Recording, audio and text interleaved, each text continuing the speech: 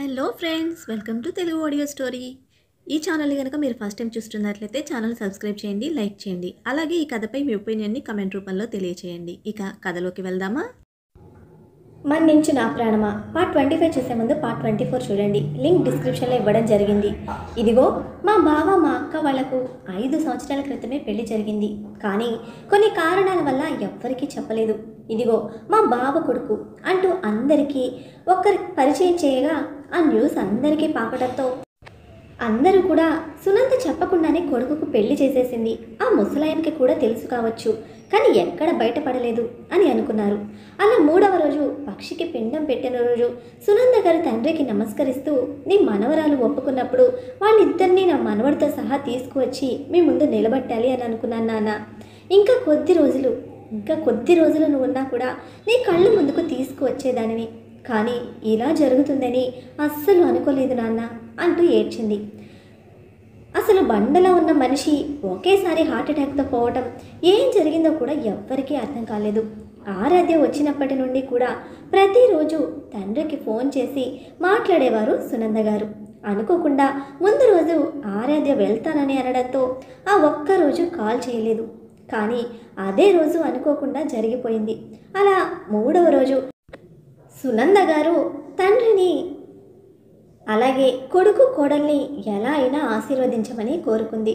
జ్వలంత్ కూడా అంతవరకు చేసిన తప్పులన్నీ మన్నించు తాతయ్య, నేను నా కుటుంబంతో ఆనందంగా ఉంటాను, అమ్మ నాన్నని బాగా చూసుకుంటాను అని అన్నాడు. ఎవరికి వారు ఆయనకు మొక్కడంతో త్వరగానే కాకి వచ్చి ముట్టుకొని వెళ్ళిపోయింది. అదే రోజు 5వ రోజు నేను చేస్తాను అనేసి సునంద గారు అనడంతో ఆ ఊరు మొత్తానికి భోజనాలు పెట్టారు. తన తండ్రి మీద తనకున్న ప్రేమను తీర్చుకోవడానికి ఒక చివరి రుణంగా మిగిలిపోవడంతో తానే ఆ రోజు భోజనాలు పెట్టింది. అలా మరొక 2 రోజులు 3 రోజులు గడిచిపోగా 9వ రోజు పెద్ద కర్మ చేశారు. 10వ రోజు అందరూ ఎక్కడి వాళ్ళు అక్కడికి వెళ్ళిపోతూ ఉన్న సమయంలో ఊరి పెద్దలు మళ్ళీ భూముల గురించి తీయగా దత్తు వాళ్ళ నాన్నగారు మాట్లాడుతూ, ఏది ఉన్నా నాకు మా అక్కకు సమానం, ఇక్కడ రూపాయి ఉన్నా కూడా నాకు మా అక్కకు ₹1/2 అని అన్నాడు. మీ అక్కకెందుకు బాబు, మీరే తీసుకోండి అని అనగట్టంతో అలా ఎలా కుదురుతుంది, మా అమ్మ బంగారం కేజీ ఉన్నప్పుడు అంతా మా అక్కకి ఇవ్వాలి అని అన్నారు. కానీ మా అక్క ఊరుకుందా, ½ కేజీ బంగారం నాకు ఇచ్చింది, నాకు ఒక కూతురు ఉంది అని. అలాంటప్పుడు నేను కూడా మా అక్క గురించి ఆలోచించాలి కదా అని అనగానే దత్తు వాళ్ళ అమ్మగారికి కాలింది. ½ కేజీ బంగారం విలువ ఇంతటి దానికి సమానమా అని అనుకుంది. తను ఏదో మాట్లాడేలోపు దత్తు తల్లి దగ్గరికి వెళ్ళి, ఇప్పుడు ఒక్క మాట మాట్లాడినా సరే నాన్నను మొత్తం ఆస్తిని అత్త పేరు మీద రాయమంటాను అని అన్నాడు. వెంటనే కొడుకును బయటకు తీసుకొని, నీకేమైనా బుద్ధుందా, అలా ఎలా రాయమంటావు, మీ నాన్నకు మొత్తం చితికిపోయినప్పుడు కూడా మీ తాతయ్య ఆస్తిలో ₹1 ఇవ్వలేదు, ఇప్పుడే కదా ఆస్తి మీ నాన్న చేతికి వస్తుంది, ఇప్పుడు కూడా మీ నాన్న అనుభవించకపోతే ఎప్పటికీ కూడా మనం మీ అత్త కిందనే ఉంటాము, కనీసం ఈ ఆస్తితోనైనా మీ అత్తకు సమానంగా మారుతామనుకుంటే ఇప్పుడు మీ నాన్నేమో సగం మీ అత్తకిచ్చి ఆమెను ఇంకా ఎక్కువగా పెంచుతూ ఉంటే నువ్వేమో మీ నాన్నకు వంత పాడుతున్నావా అని కొడుకును కసురుకోగా, అవును నాన్న అన్ని బిజినెస్లు చేసి నష్టాలు తెస్తూ ఉంటే ఇంకా నాన్నకు బుద్ధి రావాలని తాత అప్పుడు డబ్బులివ్వలేదు, అప్పుడు ఈ భూములు జాగాలు కనుక అమ్మి ఇచ్చి ఉంటే ఇప్పటికీ అదే చేసేవాడు, అత్త కష్టపడి పెంచారు, నీకు అది కనపడడం లేదా, అయినా అత్త కేజీ బంగారం ఇచ్చినప్పుడు ఊపుకుంటూ తీసుకున్న దానివి ఇప్పుడెందుకు ఇలా అంటున్నావు అని అన్నాడు దత్తు. ఏమోరా నాకు తెలీదు, కావాలంటే బంగారం ఆమెకి తిరిగి ఇచ్చేద్దాం అని అంది.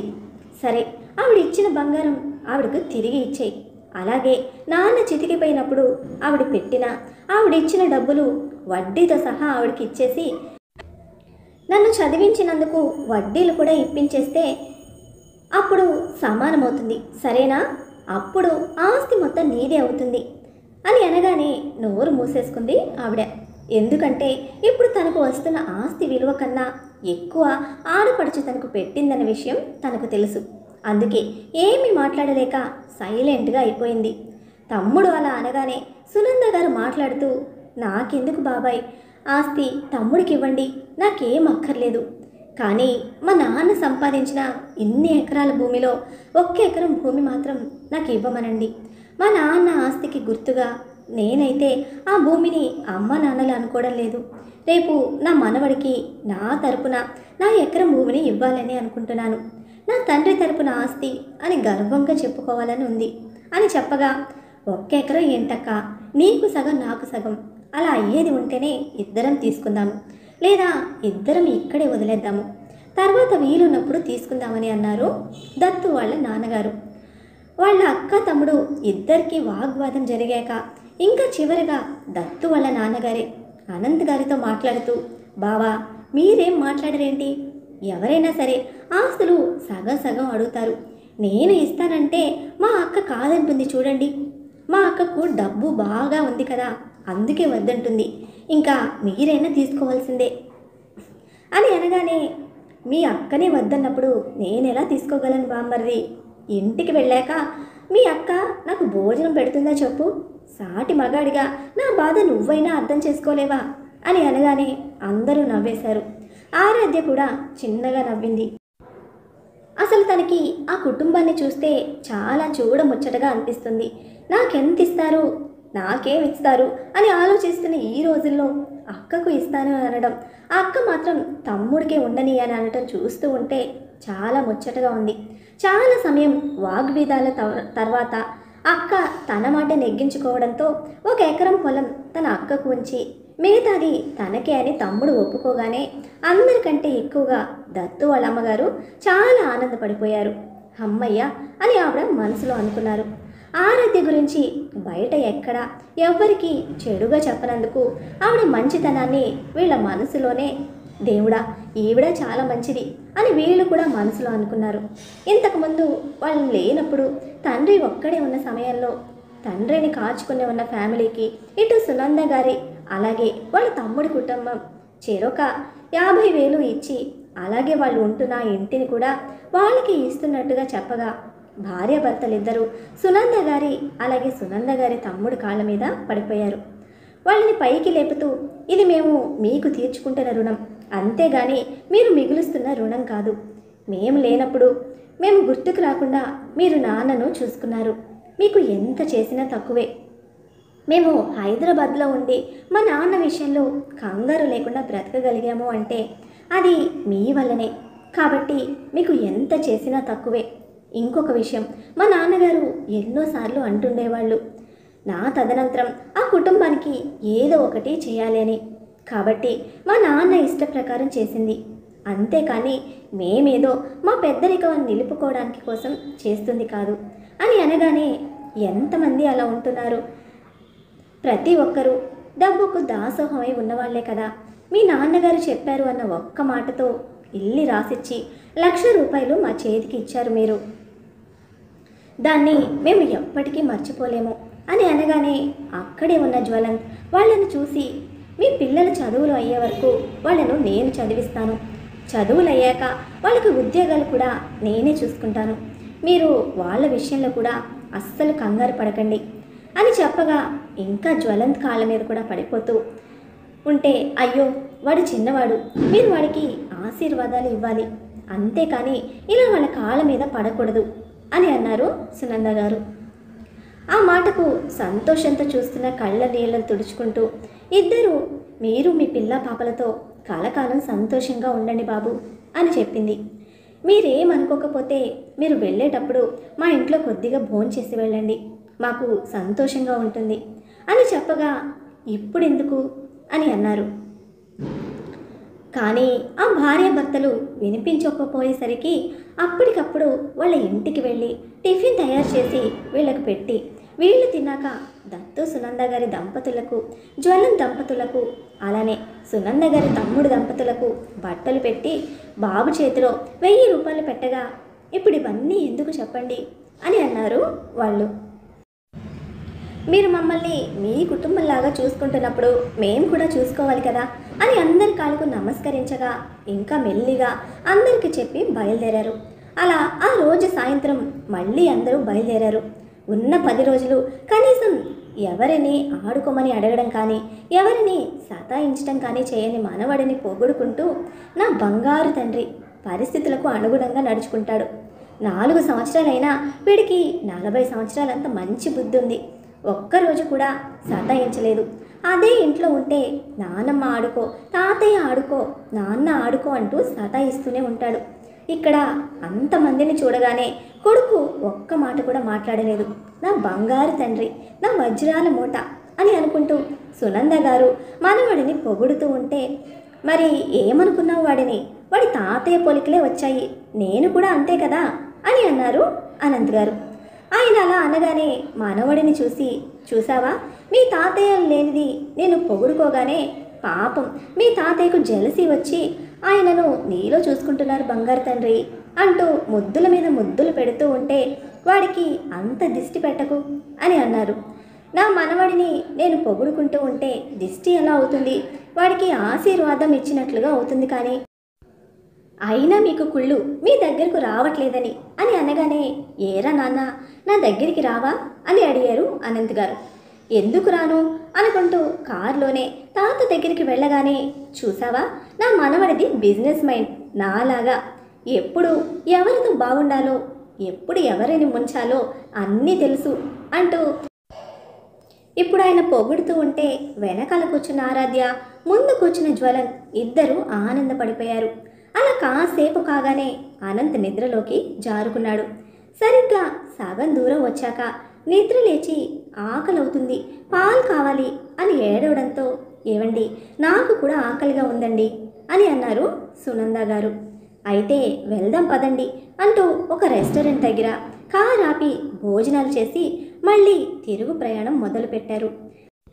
ఇంకా నిద్ర రాకపోవడంతో, తాత నాకు బోరు కొడుతుంది, మనం ఏమైనా గేమ్ ఆడుకుందామా అని అడిగాడు అనంత్. ఇప్పుడు ఏం ఆడుకోవడం రా, మనం ఇంటికి వెళ్తున్నాం కదా అని ఆయన అనగానే, నాకు బోరు కొడుతుంది ఆడుకుందామా అని అనగానే, అంత్యాక్షరి ఆడుదామా అని జ్వలంత్ అనగానే, అంటే ఏంటి అని అడిగాడు. మిగిలిన వాళ్ళు నలుగురు గట్టిగా నవ్వుకున్నారు.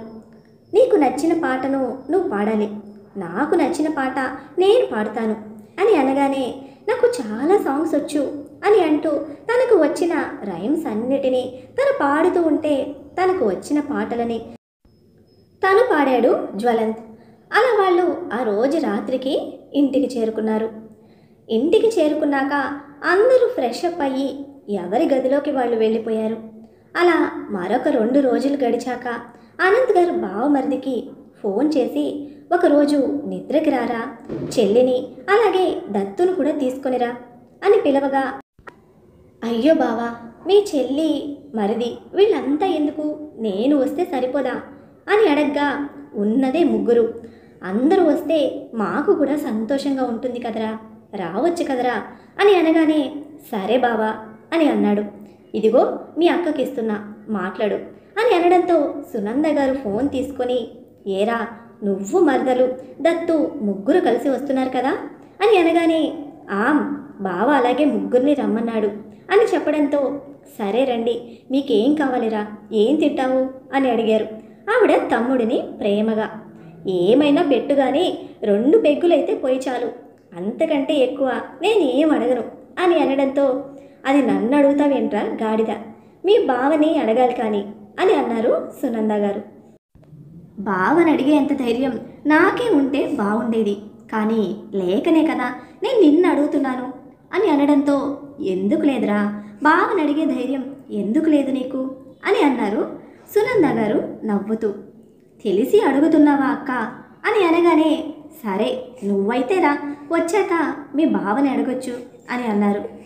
అలా మరో 2 రోజుల తర్వాత 3 కలిసి రాగా ఆ రోజు రాత్రి అనంత్ గారిని, బావా నాకు ఒక 2 పెగ్గు పోయావా అని అడగ్గా, నీకు మంచి స్కాచ్ తెప్పించాను, మీ అక్కని అడిగావంట కదా అని అనడంతో, నువ్వు నిజంగా బంగారం బావా అని అనుకుంటూ ఒక 2 పెగ్గులు తాగి ఆనందంగా తినేసి ఆ రోజు అక్కడే నిద్ర చేసి మర్నాడు ఉదయం వెళ్తూ మీరు ఒక 2 రోజులు వచ్చి ఉండండి మా ఊర్లో అని అడిగాడు అక్కని.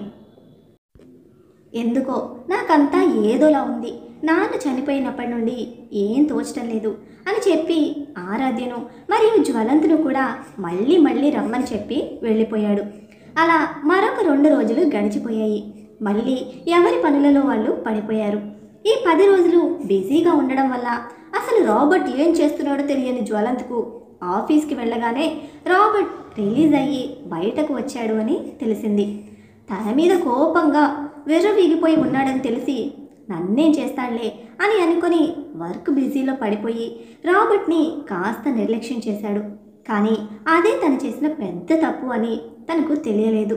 ఆ రోజు ఆఫీస్లో వర్క్ చేస్తూ ఉంటే కొడుకు ఫోన్ చేసి, నాన్న త్వరగా ఇంటికి రా, నేను నీతో ఆడుకోవాలి, ప్లీజ్ నాన్న అని చెప్పగానే కొడుకు మాటలకు మురిసిపోయి, వస్తున్నా నాన్న, ఒక్క 10 నిమిషాల్లో అక్కడ ఉంటాను అంటూ వర్క్ను మొత్తం ఇంటికి వెళ్ళాక చేసుకోవచ్చే అని ఆలోచించి ఇంటికి బయలుదేరాడు.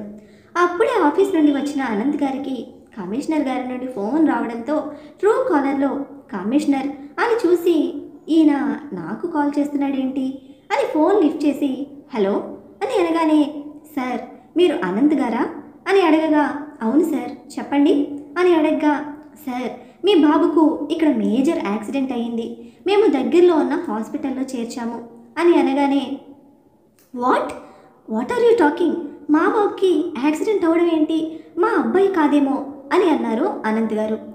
ఎందుకంటే కొడుకు డ్రైవింగ్ మీద ఆయనకు అంత నమ్మకం.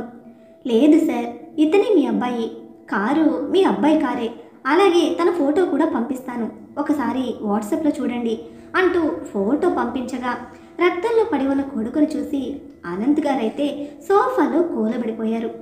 అప్పుడే అక్కడికి వచ్చిన సునంద గారు భర్తను చూసి, ఏమైందండి ఏమైంది అంటూ భర్తను ఊపగా ఆయన లేచి కంగారుగా కమిషనర్ గారితో మాట్లాడుతూ, అబ్బాయి అసలు ఎలా జరిగింది సార్ అని అడగ్గా, మీ అబ్బాయి వస్తూ ఉంటే రాంగ్ రూట్లో ఒక కారు వచ్చి గుద్దేసింది సార్, అతన్ని అదుపులోకి తీసుకున్నాము, ఇప్పుడు అపోలో హాస్పిటల్లో మీ అబ్బాయి చావు బ్రతుకుల మధ్యలో ఉన్నాడు, మీరు త్వరగా వస్తే చివరి చూపైన దక్కుతుందేమో అని చెప్పి ఫోన్ పెట్టేశాడు కమిషనర్. అసలు ఆ మాటలు విన్న ఆయనకైతే కళ్ళు గిర్రున తిరిగిపోయాయి. ఎలాంటి మాటలు తను చనిపోయే వరకు వినకూడదని ప్రతి తండ్రి కోరుకుంటాడో అలాంటి మాటలు వినడంతో ఆయనకి ఊపిరాడడం కష్టంగా మారగా భర్తను కుదుపుతూ ఆయనకు ఊపిరాడడం లేదు అని అర్థమైన సునంద గారు గదిలోకి వెళ్ళి నెబ్యులైజర్ తీసుకొని వచ్చి ఆయన నోట్లోకి పెట్టగా ఆయన మళ్ళీ ఈ లోకంలోకి వచ్చి, అబ్బాయికి యాక్సిడెంట్ జరిగిందంట అని కళ్ళ నీళ్లతో చెప్పారు. వాడికి యాక్సిడెంట్ జరగడం ఏంటండి, అసలు ఏం మాట్లాడుతున్నారు మీరు అని బెదిరిపోయారు సునంద గారు. కమిషనర్ గారు ఆయనకి చెప్పిన విషయం చెప్తే ఇంకెక్కడ కంగారు పడుతుందో అని ఆయన గమనించుకొని, ఏం లేదు, చిన్న యాక్సిడెంట్, అమ్మాయి ఇంట్లోనే ఉందా అని అడగ్గా, అవునండి తన గదిలోనే ఉంది అని చెప్పడంతో, ఒకసారి అమ్మాయిని పిలువు అని అన్నారు. ఒక్క నిమిషం అంటూ వెళ్ళి, ఆరాధ్య ఇలా రా, మీ మావయ్య గారు పిలుస్తున్నారు, ఆయన జ్వలంత్కు యాక్సిడెంట్ అయింది అని అంటున్నారు, నాకు అసలు ఏం అర్థం కావటం లేదు అని చెప్పగా హాల్లోకి పరుగున వచ్చిన ఆరాధ్య మావయ్య గారిని చూసి, ఏమైంది మావయ్య అని అడగగానే, ఏం కాలేదమ్మా, బాబుకి చిన్న యాక్సిడెంట్ అయిందంట, మనవడిని తీసుకొని వెళ్దా పదా అని అన్నారు అనంత్ గారు. మరి ఆ న్యూస్ విన్న ఆరాధ్య పరిస్థితి ఏమిటి, వాళ్ళు హాస్పిటల్కి వెళ్ళాక అక్కడ ఏం జరుగుతుంది, జ్వలంత్ పరిస్థితి ఏమిటి, ఈ పరిస్థితి వీళ్ళ జీవితాల్లో ఎటువంటి మార్పును తీసుకురాబోతోంది తెలుసుకోవాలంటే నెక్స్ట్ ఎపిసోడ్ని ఫాలో చేయండి. అలానే ఈ ఎపిసోడ్ని లైక్ చేయడం మాత్రం మర్చిపోకండి. Bye friends.